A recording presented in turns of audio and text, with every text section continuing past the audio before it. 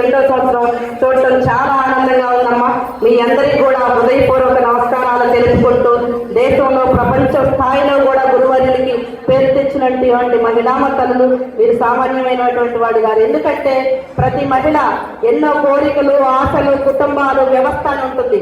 కానీ మీరు అవన్నీ జయించి భర్తని కూడా అన్ని ఒప్పించుకొని ఒక రామనాథ స్వామి పేరు మీద, గురువర్యుల పేరు మీద మందిరాన్ని నిర్మించుకొని అలా అంకుటిత దీక్షతో మీరందరూ కూడా మీ కుటుంబ బాధ్యతలు నెరవేర్చుకుంటూ అక్కడికి వెళ్ళి ధ్యానం చేసుకోవటం. ఇలా కొంతమంది వ్యక్తుల పేరు చెప్పకూడదు, కానీ ఈ పీఠం గురించి మహోన్నతంగా మొన్న ఒకసారి నాగేశ్వరరావు నాయన గారు ఫోన్లో మాట్లాడినప్పుడు కూడా చెప్తుంటే, అంటే వారితో మాట్లాడాను కాబట్టి వారి పేరు ఉచ్చరించారు. అలాగే మరి మీరందరూ కూడా ఎంత మంచి మహోన్నతమైన విధానంతో 10 తరాలకి ఆదర్శవంతంగా మీరు గురువర్యుల్ని ప్రచారం చేయటం, అలా మీరు సాధన చేసుకుంటూ కూడా వారి విలువల్ని బ్రతికించటం సామాన్యమైన విషయం కాదు. ఎందుకంటే మహిళామ తల్లి ఎక్కడైతే మహిళలు ఈ విధానాల వైపు ఉంటారో ఆ గ్రామం బాగుంటుంది, ఆ గురువులు బాగుంటారు, ఆ యొక్క వ్యవస్థ పరింతలుగా బ్రతికి బాగుంటుందని సత్యాన్ని నేను కొన్ని గ్రామాలు తిరుగుతుంటే చూస్తున్నాను. గురు వ్యవస్థ ఇంకా సరిగ్గా చాలా మందికి తెలియదు.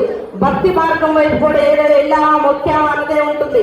కానీ మీరు అమ్మవారి కనికా పరమేశ్వరి తల్లిని మొక్కుకుంటూ ఆ యొక్క వెంకటేశ్వర స్వామిని ఆరాధిస్తూ కులదైవాన్ని పాటిస్తూ గురువాక్యని పాటిస్తున్న మహిళామ తల్లులు మీ అందరికి కూడా ప్రత్యేక ధన్యవాదాలు తెలుపుకుంటూ, మరి చాలా మంది ఇప్పటి వరకు పెద్దలు వారి సందేశం అందిస్తున్నారు.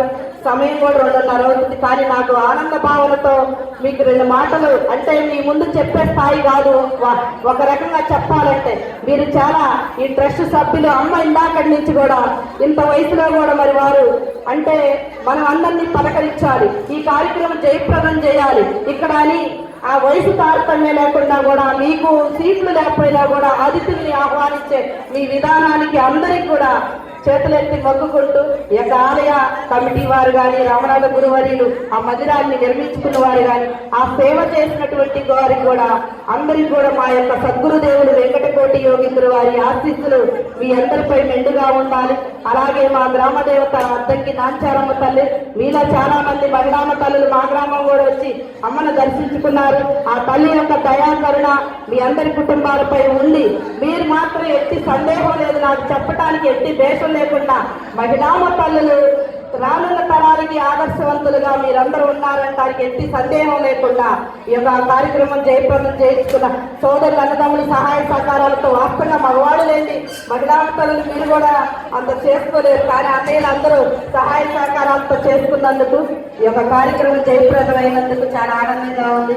అలాగే ధన్యవాదాలు తెలుపుకుంటూ